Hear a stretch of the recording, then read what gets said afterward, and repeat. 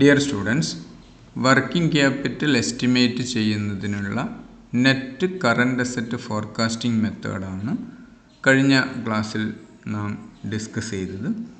ഇന്ന് working capital എസ്റ്റിമേഷനുള്ള പുതിയൊരു method, അതായത് ഓപ്പറേറ്റിംഗ് സൈക്കിൾ മെത്തേഡ് എന്താണ്, അല്ലെങ്കിൽ ഓപ്പറേറ്റിംഗ് സൈക്കിൾ മെത്തേഡിലൂടെ എങ്ങനെയാണ് വർക്കിംഗ് ക്യാപിറ്റൽ എസ്റ്റിമേറ്റ് ചെയ്യുന്നത് എന്നാണ് ഇന്നത്തെ ക്ലാസ് FM 6.5 നമ്മൾ മനസ്സിലാക്കുന്നത്.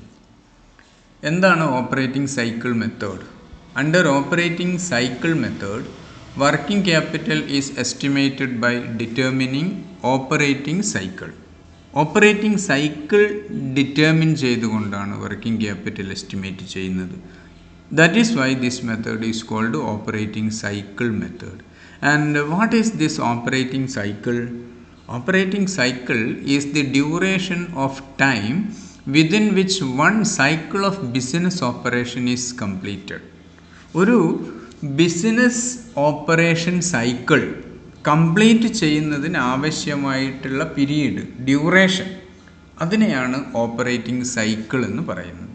നമുക്കറിയാം, ബിസിനസ് ഓപ്പറേഷൻ സൈക്കിൾ എന്ന് പറയുമ്പോൾ അതിൽ ധാരാളം സ്റ്റേജസ് ഉണ്ട്, ധാരാളം ആക്ടിവിറ്റീസ് ഉൾപ്പെടുന്നുണ്ട്. അതിൽ തുടക്കം തന്നെ നമ്മൾ ഫണ്ട് ചിലവഴിച്ച്, ക്യാഷ് ചിലവഴിച്ചു കൊണ്ട് റോ മെറ്റീരിയൽ പർച്ചേസ് ചെയ്യുന്നു. പർച്ചേസ് ചെയ്തിട്ടുള്ള റോ മെറ്റീരിയൽ പ്രൊഡക്ഷൻ പ്രോസസ്സിലൂടെ കടത്തിവിടുന്നു. അപ്പോൾ വർക്ക് ഇൻ പ്രോഗ്രസ് എന്ന് പറയും. വർക്ക് ഇൻ പ്രോഗ്രസ്സിന് ശേഷം അടുത്തതായിട്ട് ഫിനിഷ്ഡ് ഗുഡ്സ് എന്ന രൂപത്തിൽ അവയാകുന്നു. ഫിനിഷ്ഡ് ഗുഡ്സ് നമ്മൾ സ്റ്റോർ ചെയ്യുന്നു. സ്റ്റോർ ചെയ്തിട്ടുള്ള ഫിനിഷ്ഡ് ഗുഡ്സ് സെയിൽസ് നടത്തുന്നു. ക്രെഡിറ്റ് സെയിൽസ് ആണ് നടത്തുന്നതെങ്കിൽ അത് ഡെറ്റേഴ്സ് എന്ന അസറ്റ് ഉണ്ടാകുന്നു, അല്ലെങ്കിൽ ബിൽസ് റിസീവബിൾസ് ഉണ്ടാകുന്നു. ഈ ഡെറ്റേഴ്സോ ബിൽസ് റിസീവബിൾസോ ആ നിശ്ചിത ടൈം ആകുന്ന സമയത്ത് റിയലൈസ് ചെയ്യപ്പെടുന്നു. റിയലൈസ് ചെയ്ത് നമുക്ക് ക്യാഷ് കിട്ടുന്നു. ഈ ഒരു പ്രോസസ്സ്, റോ മെറ്റീരിയൽ പർച്ചേസ് ചെയ്യാൻ വേണ്ടി ക്യാഷ് ചിലവിട്ട് ഫിനിഷ്ഡ് ഗുഡ്സ് വിൽപ്പനയിലൂടെ ഉണ്ടാവുന്ന ഡെറ്റേഴ്സ് റിയലൈസ് ചെയ്ത്, അല്ലെങ്കിൽ ബിൽസ് റിസീവബിൾസ് റിയലൈസ് ചെയ്ത് ക്യാഷ് നമ്മുടെ കയ്യിൽ എത്തുന്നത് വരെയുള്ള ആ ഒരു പീരീഡ്, അതാണ് ബിസിനസ് ഓപ്പറേഷൻ സൈക്കിൾ എന്ന് പറയുന്നത്. ആ പീരീഡ് എത്രയാണോ അതിനെയാണ് നമ്മൾ ഓപ്പറേറ്റിംഗ് സൈക്കിൾ എന്ന് പറയുന്നത്. Clear? The total of the duration of each of the stage is one operating cycle. ഞാനിപ്പോൾ സൂചിപ്പിച്ച റോ മെറ്റീരിയൽ പർച്ചേസ് ചെയ്യുന്നു, work in progress, finished goods, credit sales, debtors, bills receivables realise ചെയ്ത് cash എത്തുന്നു. അപ്പോൾ ഇവിടെ സൂചിപ്പിച്ചിട്ടുള്ള എല്ലാ ആക്ടിവിറ്റീസും, എല്ലാ സ്റ്റേജസിനും കൂടെ വരുന്ന മൊത്തം ഡ്യൂറേഷൻ എത്രയാണ്, പീരീഡ് എത്രയാണ്, അതിനെയാണ് one business cycle, business operation cycle എന്നതുകൊണ്ട് ഉദ്ദേശിക്കുന്നത്. ആ ബിസിനസ് ഓപ്പറേഷൻ സൈക്കിൾ, അതിനെയാണ് നമ്മൾ ഓപ്പറേറ്റിംഗ് സൈക്കിൾ എന്ന് പൊതുവെ വിളിക്കുന്നത്. ക്ലിയർ? അപ്പോൾ ഒരു ഓപ്പറേറ്റിംഗ് പീരീഡ് എന്ന് പറഞ്ഞു കഴിഞ്ഞാൽ സാധാരണയായിട്ട് ഒരു വർഷം. ആ ഓപ്പറേറ്റിംഗ് പീരീഡിൽ ഓപ്പറേറ്റിംഗ് സൈക്കിൾ ഒന്നിൽ കൂടുതലുണ്ടാവും. ഫോർ എക്സാമ്പിൾ, നമ്മളൊരു സ്ഥാപനം റോ മെറ്റീരിയൽ പർച്ചേസ് ചെയ്യുന്നു. പർച്ചേസ് ചെയ്ത റോ മെറ്റീരിയൽ ഉപയോഗിച്ച് പ്രൊഡക്ഷൻ പ്രോസസ്സിലൂടെ പോയി അത് ഫിനിഷ്ഡ് ഗുഡ്സായി മാറി, ഫിനിഷ്ഡ് ഗുഡ്സ് സെയിൽസ് നടത്തി, ക്രെഡിറ്റ് സെയിൽസ് ആണെങ്കിൽ ആ ഡെറ്റേഴ്സ് റിയലൈസ് ചെയ്ത് ഫണ്ട് തിരിച്ച് നമ്മുടെ കയ്യിലെത്തുന്നു. അതുവരെയുള്ള പീരീഡ് 2 months പീരീഡാണ് എടുക്കുന്നതെന്ന് വിചാരിക്കുക. അപ്പോൾ ആ 2 months പീരീഡിനെയാണ് നമ്മൾ ഓപ്പറേറ്റിംഗ് സൈക്കിൾ എന്നതുകൊണ്ട് ഉദ്ദേശിക്കുന്നത്. അല്ലെങ്കിൽ ഡ്യൂറേഷൻ ഓഫ് ഓപ്പറേറ്റിംഗ് സൈക്കിൾ എന്ന് പറയുന്നത് 2 months. നമ്മൾ സാധാരണയായിട്ട് ബിസിനസ്സിൻ്റെ ഓപ്പറേറ്റിംഗ് പീരീഡ് എന്ന് പറയുന്നത് 1 year ആണ്, ഒരു വർഷക്കാലം. ഒരു വർഷക്കാലത്തെ ആ പീരീഡിൽ എത്ര ഓപ്പറേറ്റിംഗ് സൈക്കിൾ ഉണ്ടാകും? ഞാൻ പറഞ്ഞു, ഇവിടെ നമ്മുടെ ഓപ്പറേറ്റിംഗ് സൈക്കിൾ ഡ്യൂറേഷൻ 2 months ആണ്. അങ്ങനെയാണെങ്കിൽ ഒരു വർഷം 6 ഓപ്പറേറ്റിംഗ് സൈക്കിൾസ് ഉണ്ടാകും. എങ്ങനെയാണ്? ടോട്ടൽ നമ്പർ ഓഫ് മന്ത്സ് എന്ന് പറയുന്നത് 12 months ഒരു വർഷം. അപ്പോൾ ഒരു ബിസിനസ് ഓപ്പറേറ്റിംഗ് സൈക്കിൾ എന്ന് പറയുന്നത് പീരീഡ് 2 months. അപ്പോൾ 12 ഡിവൈഡ് ചെയ്താൽ 6 ഓപ്പറേറ്റിംഗ് സൈക്കിളാണ് ഉണ്ടാവുക. ഓക്കെ. അപ്പോൾ ഒരു വർഷം അല്ലെങ്കിൽ ഒരു ഓപ്പറേറ്റിംഗ് പീരീഡിൽ ഒന്നിൽ കൂടുതൽ operating cycles, number of operating cycles ഉണ്ടാകുമെന്ന് മനസ്സിലാക്കുക. അപ്പോൾ ഈ ഓപ്പറേറ്റിംഗ് സൈക്കിളിൻ്റെ ഡ്യൂറേഷൻ കുറയുന്ന സമയത്ത് വർക്കിംഗ് ക്യാപിറ്റൽ കുറച്ച് മതി. ആ ഓപ്പറേറ്റിംഗ് സൈക്കിൾ ഡ്യൂറേഷൻ കൂടുന്ന സമയത്ത് സ്വാഭാവികമായിട്ടും വർക്കിംഗ് ക്യാപിറ്റലും കൂടുതലായി വരും. റോ മെറ്റീരിയൽ പർച്ചേസ് ചെയ്ത് ഫിനിഷ്ഡ് ഗുഡ്സ് ആക്കി മാറ്റി അത് വീണ്ടും ഡെറ്റേഴ്സ് റിയലൈസ് ചെയ്ത് ക്യാഷായി വരുന്നതിനെടുക്കുന്ന ആ ഓപ്പറേറ്റിംഗ് സൈക്കിൾ ഉണ്ടല്ലോ, അത് 1 month ആകുന്ന സമയത്ത് വർക്കിംഗ് ക്യാപിറ്റൽ കുറച്ച് മതി. എന്നാൽ 2 months ആവുന്ന സമയത്ത് ആ 2 months കാലയളവിലേക്കുള്ള വർക്കിംഗ് ക്യാപിറ്റൽ നമുക്ക് ആവശ്യമായി വരും. അപ്പോൾ വർക്കിംഗ് ക്യാപിറ്റൽ റിക്വയർമെൻറ്റ്സ് കൂടുതലാകും. 3 months ആകുന്ന സമയത്ത് ഓപ്പറേറ്റിംഗ് സൈക്കിൾ 3 months ആകുന്ന സമയത്ത് 3 months കഴിഞ്ഞിട്ടേ നമുക്ക് ആ ക്യാഷ് തിരിച്ചു വരുന്നുള്ളൂ. അപ്പോൾ അത്രയും സമയത്തേക്ക് ആവശ്യമായിട്ടുള്ള വർക്കിംഗ് ക്യാപിറ്റൽ നമ്മൾ കണ്ടെത്തേണ്ടി വരും. അപ്പോൾ വർക്കിംഗ് ക്യാപിറ്റൽ റിക്വയർമെൻറ്റ്സ് കൂടുതലായിട്ട് വരും. അപ്പോൾ അതാണ് ഇവിടെ പറഞ്ഞിരിക്കുന്നത്. Shorter the operating cycle, smaller will be the working capital requirement, and longer the operating cycle, larger will be the working capital requirement. Okay. അപ്പോൾ ഓപ്പറേറ്റിംഗ് സൈക്കിൾ മെത്തേഡ് എന്താണ് എന്ന് ചെറിയൊരു ധാരണയായിട്ടുണ്ടാവുമെന്ന് വിചാരിക്കുന്നു. ഇനി എന്താണ്, what is the procedure for computing working capital requirement under operating cycle method? Operating cycle മെത്തേഡിലൂടെ ഒരു എൻ്റർപ്രൈസിൻ്റെ വർക്കിംഗ് ക്യാപിറ്റൽ റിക്വയർമെൻറ്റ് കാണുന്ന ആ പ്രൊസീജിയർ, അതിൽ വരുന്ന സ്റ്റെപ്സ് ഏതൊക്കെയാണെന്ന് നോക്കാം. പ്രധാനമായി 3 സ്റ്റേജായിട്ടാണ്, 3 സ്റ്റെപ്സാണ് വരുന്നത്. First, compute the duration of operating cycle. എന്താണ് ഓപ്പറേറ്റിംഗ് സൈക്കിൾ എന്ന് ഞാൻ സൂചിപ്പിച്ചു. ആ ഓപ്പറേറ്റിംഗ് സൈക്കിളിൻ്റെ, ബിസിനസ് ഓപ്പറേറ്റിംഗ് സൈക്കിളിൻ്റെ ഡ്യൂറേഷൻ, പീരീഡ് എത്രയാണ്, ആ total period of 1 business operating cycle, അത് കമ്പ്യൂട്ട് ചെയ്യുക എന്നുള്ളതാണ് first step. Second step, compute the number of operating cycles in operating period. ഞാൻ സൂചിപ്പിച്ചു നേരത്തെ തന്നെ, ഈ ഒരു ഓപ്പറേറ്റിംഗ് പീരീഡ് എന്ന് പറയുന്നത് സാധാരണയായിട്ട് 1 year പീരീഡ് എന്ന് പറയുമ്പോൾ ഓപ്പറേറ്റിംഗ് സൈക്കിൾസ്, ധാരാളം ഓപ്പറേറ്റിംഗ് സൈക്കിൾസ് ഉണ്ടാകും. ആ ഓപ്പറേറ്റിംഗ് സൈക്കിൾസ് ഒരു വർഷക്കാലയളവിൽ അല്ലെങ്കിൽ ഒരു ഓപ്പറേറ്റിംഗ് പീരീഡിൽ എത്ര ഓപ്പറേറ്റിംഗ് സൈക്കിൾസ് വരുന്നുണ്ട് എന്നുള്ളത് നമ്മൾ കണ്ടുപിടിക്കണം. അതാണ് സെക്കൻഡ് സ്റ്റെപ്പ്. ഡീറ്റെയിൽ ആയിട്ട് നമുക്ക് ഓരോ സ്റ്റെപ്പും നമുക്ക് നോക്കാം. Thirdly, compute the working capital requirement. അപ്പോൾ ഇവ രണ്ടും ഉപയോഗപ്പെടുത്തിക്കൊണ്ട്, ഇവർ രണ്ടും കണ്ടുപിടിച്ചതിന് ശേഷമാണ് നമ്മൾ വർക്കിംഗ് ക്യാപിറ്റൽ റിക്വയർമെൻറ്റ് എത്രയാണെന്ന് വരുന്നത്. ഇതാണ് 3 മെയിൻ സ്റ്റേജസ് വരുന്നത്. ഓക്കെ. ഈ 3 സ്റ്റേജസിലുള്ള കാര്യങ്ങൾ എന്തൊക്കെയാണ് ഡീറ്റെയിൽ ആയിട്ട് നമ്മൾ മനസ്സിലാക്കാൻ വേണ്ടി പോവുകയാണ്. First, compute the duration of operating cycle. Operating സൈക്കിളിൻ്റെ, ബിസിനസ് ഓപ്പറേറ്റിംഗ് സൈക്കിളിൻ്റെ പീരീഡ് എങ്ങനെയാണ് കമ്പ്യൂട്ട് ചെയ്യുക എന്നുള്ള ഫസ്റ്റ് സ്റ്റെപ്പിലേക്ക് നമുക്ക് പോകാം. Computation of duration of operating cycle.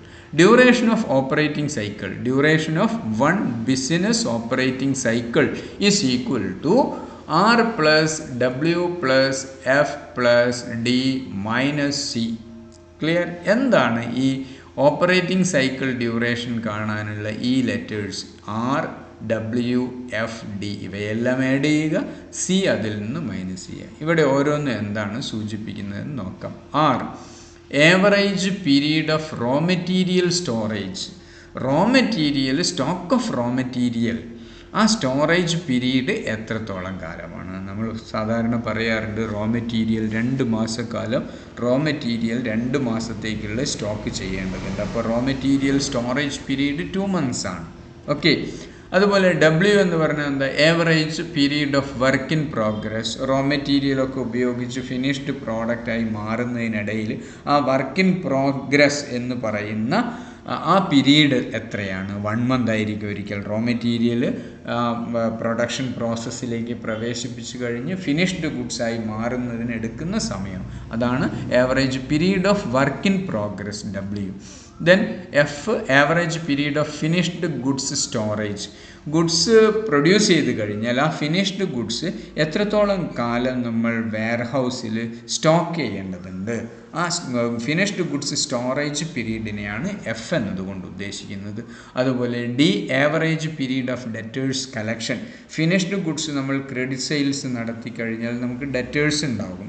ആ ഡെറ്റേഴ്സിന് അനുവദിച്ചിട്ടുള്ള പീരീഡ് എത്രയാണ്, ആ ഡെറ്റ് കളക്ട് ചെയ്യേണ്ട ആ പീരീഡ് എത്രയാണ്, 2 months ആണോ, 1 month ആണോ, 2 weeks ആണോ, ആ പീരീഡ്, അതിനെയാണ് average period of debtors collection, debt collection period എന്ന് പറയും.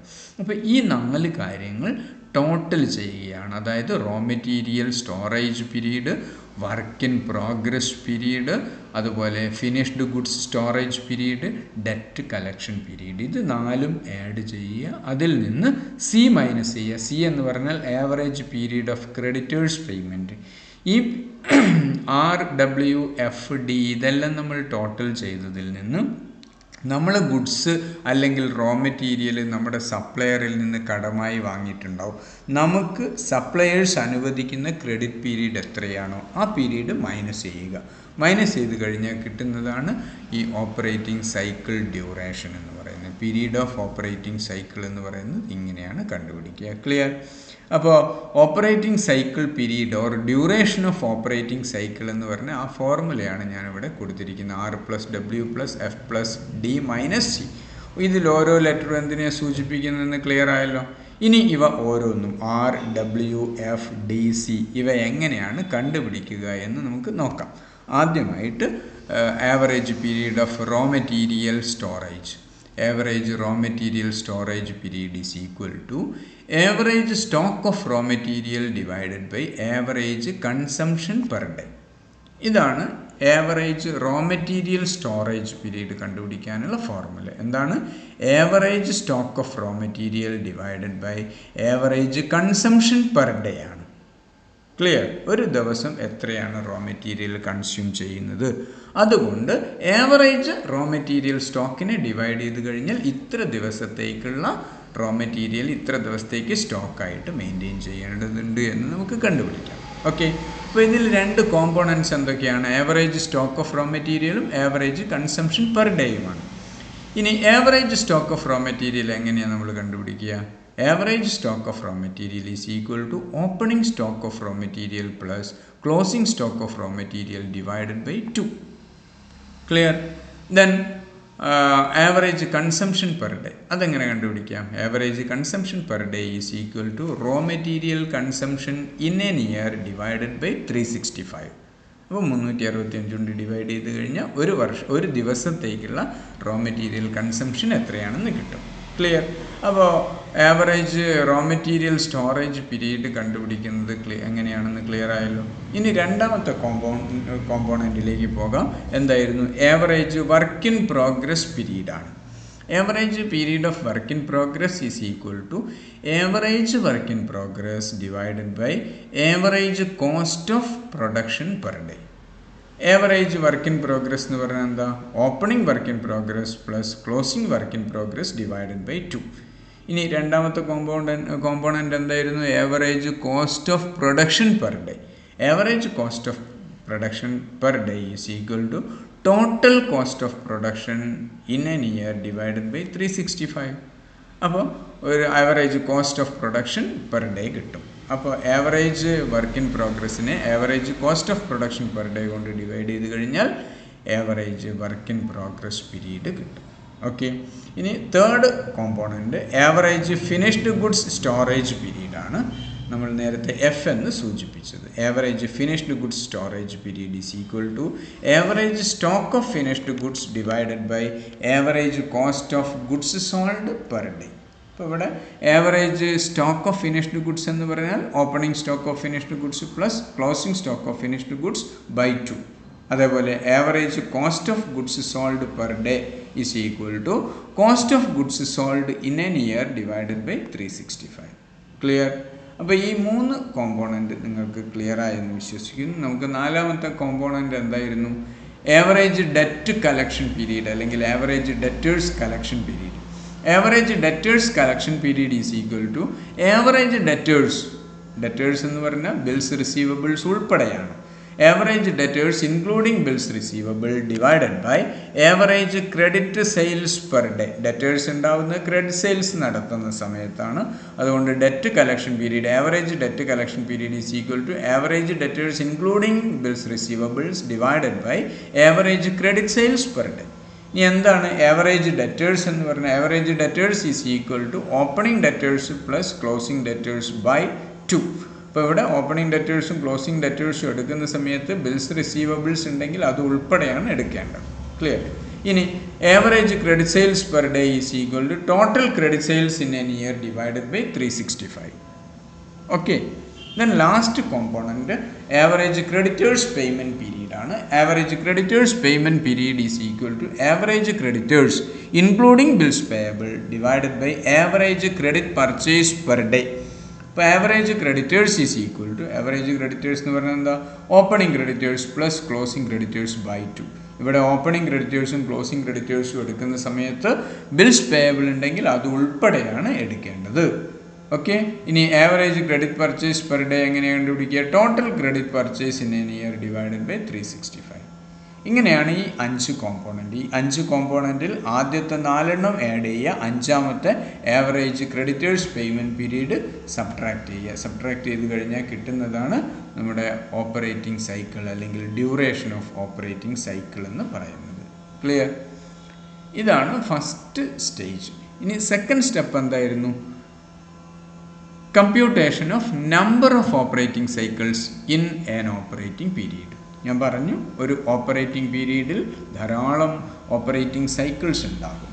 അപ്പോൾ ഒരു ഓപ്പറേറ്റിംഗ് പീരീഡ് എന്ന് പറയുന്നത് 1 ഇയർ ആണ്, അല്ലെങ്കിൽ 365 ഡേയ്സ് ആണ്, അല്ലെങ്കിൽ 12 മന്ത്സ് ആണെന്ന് പറയാം. അപ്പോൾ ഈ ഓപ്പറേറ്റിംഗ് സൈക്കിൾ പീരീഡിനെ നേരത്തെ നമ്മൾ പഠിച്ച ഡ്യൂറേഷൻ ഓഫ് ഓപ്പറേറ്റിംഗ് സൈക്കിൾ കൊണ്ട് ഡിവൈഡ് ചെയ്ത് കഴിഞ്ഞാൽ നമുക്ക് എന്ത് കിട്ടും? നമ്പർ ഓഫ് ഓപ്പറേറ്റിംഗ് സൈക്കിൾസ് കിട്ടും. Number of operating cycles is equal to operating period divided by duration of operating cycle. Operating പീരീഡും ഓപ്പറേറ്റിംഗ് സൈക്കിൾ പീരീഡും വ്യത്യസ്തമാണെന്ന് മനസ്സിലാക്കുക. ഓപ്പറേറ്റിംഗ് പീരീഡ് എന്ന് പറഞ്ഞു കഴിഞ്ഞാൽ 1 ഇയർ ആണ്, 365 ഡേയ്സ് ഓർ 12 മന്ത്സ് ആണ്.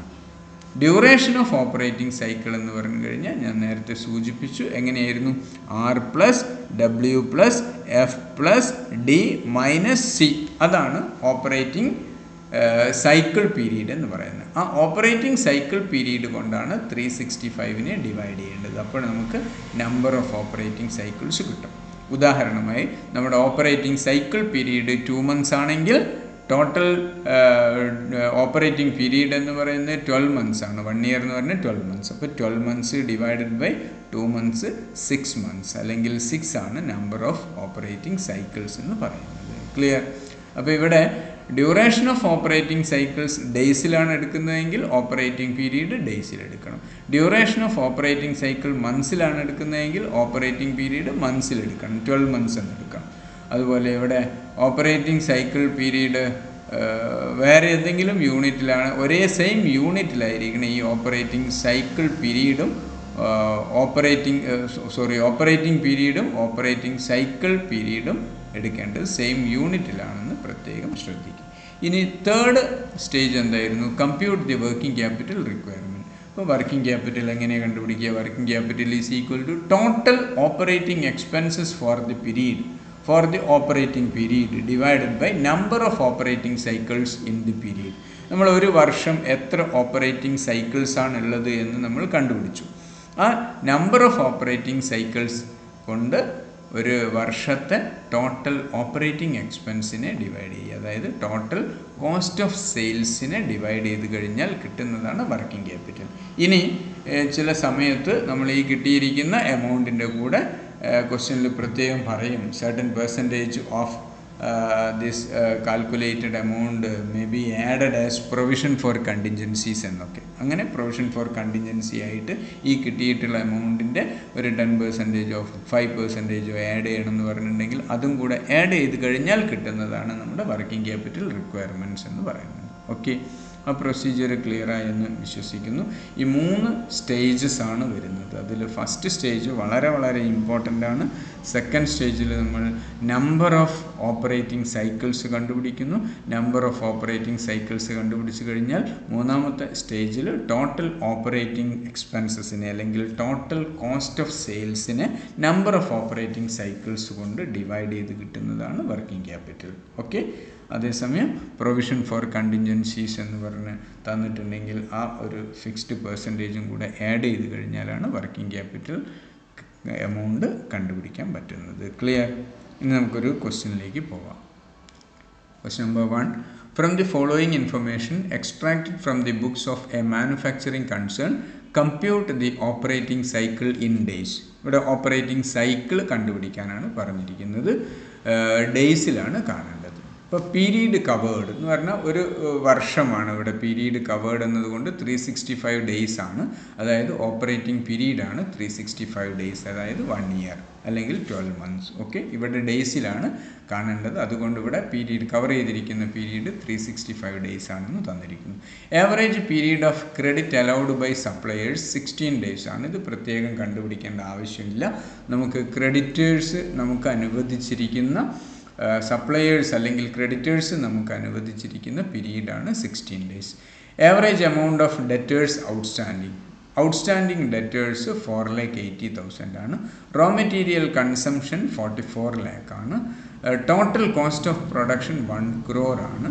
Total operating cost 1 crore 5 lakhs ആണ്. Sales for the year 1 crore 60 lakhs ആണ്. Value of average stock maintain ചെയ്തിരിക്കുന്ന raw material 3,20,000, work in progress 3,50,000 and finished goods 2,60,000. ഇത്രയാണ്. അപ്പോൾ നമുക്ക് ഇവിടെ കണ്ടുപിടിക്കേണ്ടത് ഓപ്പറേറ്റിംഗ് സൈക്കിളാണ്. നമുക്കറിയാം operating cycle duration of operating cycle is equal to formula എന്തായിരുന്നു? R plus W plus F plus D minus C എന്നായിരുന്നു. അത് ഓരോന്നോരോന്നായിട്ട് നമുക്ക് കണ്ടുപിടിക്കാം. ഫസ്റ്റ് R എന്ന് പറഞ്ഞാൽ റോ മെറ്റീരിയൽ സ്റ്റോറേജ് പീരീഡാണ്. Raw material storage period is equal to average stock of raw material divided by raw material consumption per day. അപ്പോൾ ഇവിടെ average stock of raw material 3,20,000 ആണെന്ന് തന്നിട്ടുണ്ട്. റോ മെറ്റീരിയൽ സ്റ്റോക്ക് 3,20,000 ആണ്. 3,20,000നെ raw material consumption per day കൊണ്ടാണ് divide ചെയ്യേണ്ടത്. Raw material consumption per day എങ്ങനെ കണ്ടുപിടിക്കാം? ഇവിടെ നോക്കൂ, റോ മെറ്റീരിയൽ കൺസംഷൻ 44 lakh ആണ്. Raw material consumption per year എന്ന് പറഞ്ഞാൽ 365 ഡേയ്സ്. അപ്പോൾ 1 ഡേയിൽ എത്രയാണ്? 44 lakhs ഡിവൈഡഡ് ബൈ 365. അപ്പോൾ അപ്രോക്സിമേറ്റ്ലി 12,055 വരും. അപ്പോൾ ഈ raw material storage period is equal to 3,20,000 divided by 12,055 equal to 26.55 days means 27 days എന്ന് വരും. ഓക്കെ, ഇനി സെക്കൻഡ് കോമ്പോണൻ്റ് എന്തായിരുന്നു? Average period of work in progress ആണ്. Average period of work in progress is equal to average work in progress divided by average cost of production per day ആണ്. ഇപ്പോൾ average work in progress ക്വസ്റ്റ്യനിൽ തന്നിട്ടുണ്ട്. നോക്കൂ, work in progress average work in progress 3,50,000 ആണ്. 3,50,000 ആണ്. Average cost of production per day, cost of production divided by 365. Cost of production per year divided by 365 ആണ്. നോക്കൂ, cost of production എത്രയായിരുന്നു? Total cost of production 1 crore ആണ്. 1 crore divided by 365 is equal to 27,397. Approximately ഇത്രയാണ് വരുന്നത്. ഇപ്പോൾ average period of work in progress is equal to average work in progress 3,50,000 divided by average cost of production per day, that is 27,397. That is equal 12.78. ഇപ്പോൾ 12.78 ആയതുകൊണ്ട് നമുക്ക് 13 days, approximately 13 days എടുക്കാം. Okay, third component finished goods storage period. Finished goods storage period is equal to average finished goods divided by cost of goods sold per day ആണ്. Okay, ഇപ്പോൾ average finished goods 2,60,000 ആണ്. ക്വസ്റ്റ്യനിൽ തന്നിട്ടുണ്ട്. നോക്കൂ, finished goods 2,60,000 ആണ്. പിന്നെ divided by cost of goods sold per day ആണ്. Cost of goods sold per day എന്ന് പറഞ്ഞാൽ cost of goods sold divided by അല്ലെങ്കിൽ cost of sales divided by 365 ആണ്. നമുക്ക് നോക്കാം, ടോട്ടൽ ഓപ്പറേറ്റിംഗ് കോസ്റ്റ് എന്ന് പറയുന്ന, കോസ്റ്റ് ഓഫ് സെയിൽസ് എന്ന് പറയുന്ന, കോസ്റ്റ് ഓഫ് ഗുഡ്സ് സോൾഡ് എന്ന് പറയുന്നത് ഈ 1 crore 5 lakh rupees ആണ്.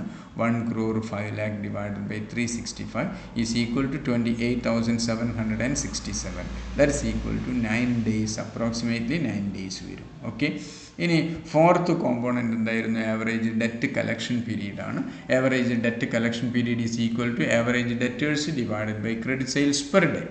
ആവറേജ് ഡെറ്റേഴ്സ് 4,80,000 ആണ്. ക്വസ്റ്റ്യനിലൊന്ന് നോക്കാം ആവറേജ് ഡെറ്റേഴ്സ് എത്രയാണ്. Average amount of debtors outstanding 4,80,000 ആണ്. 4,80,000 divided by credit sales per day ആണ്. Credit sales per day is equal to total credit sales divided by 365 ആണ്. 1 crore 60 lakh divided by 365 equal to 43,836 വരും. അപ്പോൾ therefore average debtors collection period is equal to 4,80,000 divided by 43,836 equal to 10.95 means 11 days എന്ന് വരും.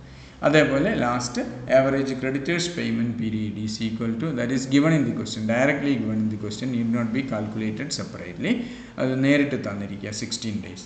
Therefore duration of operating cycle is equal to എന്തായിരുന്നു formula? R plus W plus F plus D minus C. അപ്പോൾ ഇവിടെ raw material storage period നമ്മൾ കണ്ടുപിടിച്ചു 27 days ആണ്. Working capital work in progress period 13 days ആണ്. Finished good storage period 9 days ആണ്. Average debt collection period 11 days ആണ്. അതെല്ലാം total ചെയ്തു minus average creditors payment period 16 days ആണ്. 16 days മൈനസ് ചെയ്താൽ 44 days ആണ് വരുന്നത്. ക്ലിയർ? ഈ എന്താണ് ഓപ്പറേറ്റിംഗ് സൈക്കിൾ ഡ്യൂറേഷനാണ് നമ്മളോട് കണ്ടുപിടിക്കാൻ വേണ്ടി പറഞ്ഞിരിക്കുന്നത്. ഇത് 44 days ആണ് വരിക. ഇനി ഇവിടെ ക്വസ്റ്റ്യനിൽ നമ്മളോട് from the following information extracted from the use of a manufacturing compute the operating cycle in days. Operating cycle മാത്രമേ കണ്ടുപിടിക്കാൻ വേണ്ടി പറഞ്ഞിട്ടുള്ളൂ. അത് നമ്മുടെ ആൻസർ എത്ര വരുന്നു? 44 days ആണ് വരുന്നത്. ഇനി ഈ ക്വസ്റ്റ്യനിൽ തന്നെ average amount of working capital കാണാൻ വേണ്ടി പറഞ്ഞു കഴിഞ്ഞാൽ നമ്മൾ എങ്ങനെയാണ് വർക്കിംഗ് ക്യാപിറ്റൽ എമൗണ്ട് എസ്റ്റിമേറ്റ് ചെയ്യുക? നമ്മളിവിടെ ആദ്യം ഈ ഓപ്പറേറ്റിംഗ് സൈക്കിൾ ഡ്യൂറേഷൻ കണ്ടുപിടിച്ച ശേഷം എന്ത് ചെയ്യണം? Number of operating cycles in a year കാണണം. നമ്പർ ഓഫ് ഓപ്പറേറ്റിംഗ് സൈക്കിൾസ് എങ്ങനെ കണ്ടുപിടിക്കുക? 365 divided by 44 days equal to 8.3 ആണ് നമ്പർ ഓഫ് ഓപ്പറേറ്റിംഗ് സൈക്കിൾസ് വരുന്നത്. അപ്പോൾ വർക്കിംഗ് ക്യാപിറ്റൽ നമുക്ക് എങ്ങനെ കണ്ടുപിടിക്കാം? Working capital is equal to total operating cost divided by number of operating cycle. Total operating cost എത്രയാണെന്ന് നോക്കൂ. ടോട്ടൽ ഓപ്പറേറ്റിംഗ് കോസ്റ്റ് എന്ന് പറഞ്ഞാൽ total cost of goods sold or total cost of sales 1 crore 5 lakh ആണ്. 1 crore 5 lakh divided by number of operating cycles 8.3 ആണ്. 8.3 കൊണ്ട് divide ചെയ്യുക. അപ്പോൾ ₹12,65,060 ആണ് വർക്കിംഗ് ക്യാപിറ്റൽ വരുന്നത്. Okay, yes. നമുക്ക് അടുത്തൊരു ക്വസ്റ്റ്യനിലേക്ക് പോകാം. Using the following data calculate the working capital requirements of XYZ. നോക്കൂ, ഇവിടെ കോസ്റ്റ് ഡാറ്റ തന്നിരിക്കുന്നത് എങ്ങനെ? Credit sales 5,000 rupees in thousands ആണ് കൊടുത്തിരിക്കുന്നത്. 5,000 thousands എന്നർത്ഥം. Okay, total cost of sales 4,000 thousands. Cost of production 3,000, purchases 3,500, total raw material consumed 600, average stock of raw material 80, average stock of work in progress 85, average stock of finished goods 180, average creditors 700 and average debtors 350. ഇത്രയും details ആണ് തന്നിരിക്കുന്നത്. നമ്മൾ എന്താ കണ്ടുപിടിക്കേണ്ടത്? Calculate the working capital requirement. അപ്പോൾ ഇവിടെ നമ്മൾ പഠിച്ചുകൊണ്ടിരിക്കുന്ന ഓപ്പറേറ്റിംഗ് സൈക്കിൾ മെത്തേഡാണ്. അതുകൊണ്ട് ഓപ്പറേറ്റിംഗ് സൈക്കിൾ മെത്തേഡിലൂടെ വർക്കിംഗ് ക്യാപിറ്റൽ റിക്വയർമെൻറ്റ്സ് കണ്ടുപിടിക്കണം. നമുക്കറിയാം, ആദ്യം നമ്മൾ വർക്കിംഗ് ക്യാപിറ്റൽ എസ്റ്റിമേറ്റ് ചെയ്യണമെങ്കിൽ ആദ്യം വേണ്ടത് എന്താണ്? ഓപ്പറേറ്റിംഗ് സൈക്കിൾ എന്താണെന്ന് കണ്ടുപിടിക്കണം. Operating cycle is equal to എന്തായിരുന്നു formula? R plus W plus F plus D minus C ആണ്. അപ്പോൾ ആ ഓരോ കോമ്പോണൻറ്റും ഓരോ സ്റ്റേജിലും വരുന്ന ആ ഡേയ്സ് അല്ലെങ്കിൽ പീരീഡ് കണ്ടുപിടിച്ച് ടോട്ടൽ ചെയ്യുകയും അവസാനം average creditors payment period minus ചെയ്യുകയും വേണം. നമുക്ക് ഓരോന്നോരോന്നായിട്ട് നോക്കാം. Raw material storage period is equal to average stock of raw material divide by raw material consumption per day ആണ്. ഇത് തന്നിട്ടുണ്ട്. Average stock of raw material 80 ആണ് എന്ന് ക്വസ്റ്റ്യനിൽ തന്നിട്ടുണ്ട്. നോക്കൂ, average stock of raw material 80 ആണ്. 80 divided by raw material consumption per day ആണ്. Raw material consumption per day is equal to 600 divided by 365, 1.644 വരും. Raw material storage period അപ്പോൾ എത്ര വരും? 49 days വരും. And second one is average period of work in progress. Average work in progress divided by average cost of production per day. 85 on average work in progress. Average cost of production per day is equal to cost of production divided by 365 equal to 8.22 with average work period of work in progress 10 days with approximate value. Okay. Then finished goods storage period. Average finished goods divided by cost of goods sold per day. ഇപ്പോൾ 180 ആണ് finished goods average finished goods വരുന്നത്. Cost of goods sold per day കണ്ടുപിടിച്ച് കഴിഞ്ഞാൽ 10.96 വരും. Average period of finished goods 16 days വരും. Okay. Then average debtors collection period നമ്മൾ നേരത്തെ കണ്ടുപിടിച്ച ആ ഫോർമുല പ്രകാരം കണ്ടുപിടിച്ച് 26 days വരുന്നു. ഇവിടെ ആവറേജ് ക്രെഡിറ്റേഴ്സ് പേയ്മെൻറ്റ് പീരീഡ് നമ്മൾ പ്രത്യേകം കണ്ടുപിടിക്കണം, ഡയറക്റ്റായിട്ട് തന്നിട്ടില്ല. Average creditors divided by credit sales per day ആണ്. ആവറേജ് ക്രെഡിറ്റേഴ്സ് 700 ആണ്. ക്രെഡിറ്റ് സെയിൽസ് പെർ ഡേ എന്ന് പറയുന്നത് 3500 ഡിവൈഡഡ് ബൈ 365 ആണ്. 9.59 വരും. അപ്പോൾ average creditors payment period 700 divided by 9.59 equal to 73 days approximately. Okay. Therefore, duration of operating cycle is equal to 49 plus 10 plus 16 plus 26 minus 73, 28 days ആണ് വരുന്നത്. അപ്പോൾ number of operating cycles in an operating period of 365 days equal to 365 divided by 28 is equal to 13. അപ്പോൾ number of operating cycles 13 ആണ് വരുന്നത്. അപ്പോൾ amount of working capital is equal to total operating cost divided by number of operating cycle. ഇവിടെ total operating cost എന്ന് പറയുന്നത് എത്രയാണെന്ന് നോക്കൂ. total cost of sales എന്ന് പറയുന്നത് 4000 ആണ്. അപ്പോൾ 4000 ഡിവൈഡഡ് ബൈ 13 വരും. ഇസ് ഈക്വൽ ടു റുപ്പീസ് 307.69, അതായത് 308,000 വരും. ഇതാണ് working capital requirement. Okay. Yes, നമുക്ക് മറ്റൊരു ക്വസ്റ്റ്യനിലേക്ക് കൂടെ ഒന്ന് പോകാം. You are A responsible officer in the finance department of A company. The data given below are estimate relating to the year ending 31st March 2022. You are asked to estimate the working capital under operating cycle method. Assume 360 days in a year, not a year. 365 days in the year. ആ ഒരു assumption, ഒരു 1 year എന്ന് പറഞ്ഞാൽ 360 days ആയിട്ട് എടുത്താൽ മതി, 365 അല്ല. അപ്പോൾ ഇവിടെ വർക്കിംഗ് ക്യാപിറ്റൽ എസ്റ്റിമേറ്റ് ചെയ്യാണ് ഓപ്പറേറ്റിംഗ് സൈക്കിൾ മെത്തേഡിലൂടെയാണ്. തന്നിട്ടുള്ള ഡീറ്റെയിൽസ് എന്തൊക്കെയാണെന്ന് നോക്കൂ. Estimated opening balances, raw material, work in progress, finished goods, receivables, payables. Okay, ഇതെല്ലാം ഓപ്പണിംഗ് ബാലൻസസ്. അതുപോലെ തന്നെ അതിൻ്റെ ഒക്കെ closing balance, raw material, work in progress, finished goods, receivables, payables എന്ന് പറഞ്ഞാൽ ഇത് ഡെറ്റേഴ്സും ബിൽസ് റിസീവബിൾസും ഉൾപ്പെടെയുള്ളത്. ഇത് പേയബിൾസ് എന്ന് പറഞ്ഞു കഴിഞ്ഞാൽ ക്രെഡിറ്റേഴ്സും bills പേയബിൾസും ഉൾപ്പെടെയുള്ളതാണ്. Okay.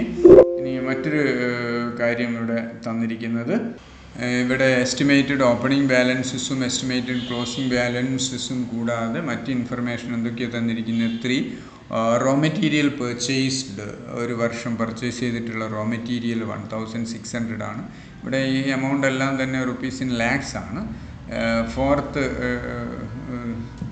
item, selling, administration and finance cost rupees 480, sales rupees 4000 and manufacturing expenses 1100. ഇതാണ് നമുക്ക് തന്നിട്ടുള്ള ഡീറ്റെയിൽസ്. നമുക്ക് ആദ്യം ഓപ്പറേറ്റിംഗ് സൈക്കിൾ കണ്ടുപിടിക്കണം, എന്നിട്ട് വേണം വർക്കിംഗ് ക്യാപിറ്റൽ എസ്റ്റിമേറ്റ് ചെയ്യാൻ. ഓക്കെ, നമുക്ക് നോക്കാം.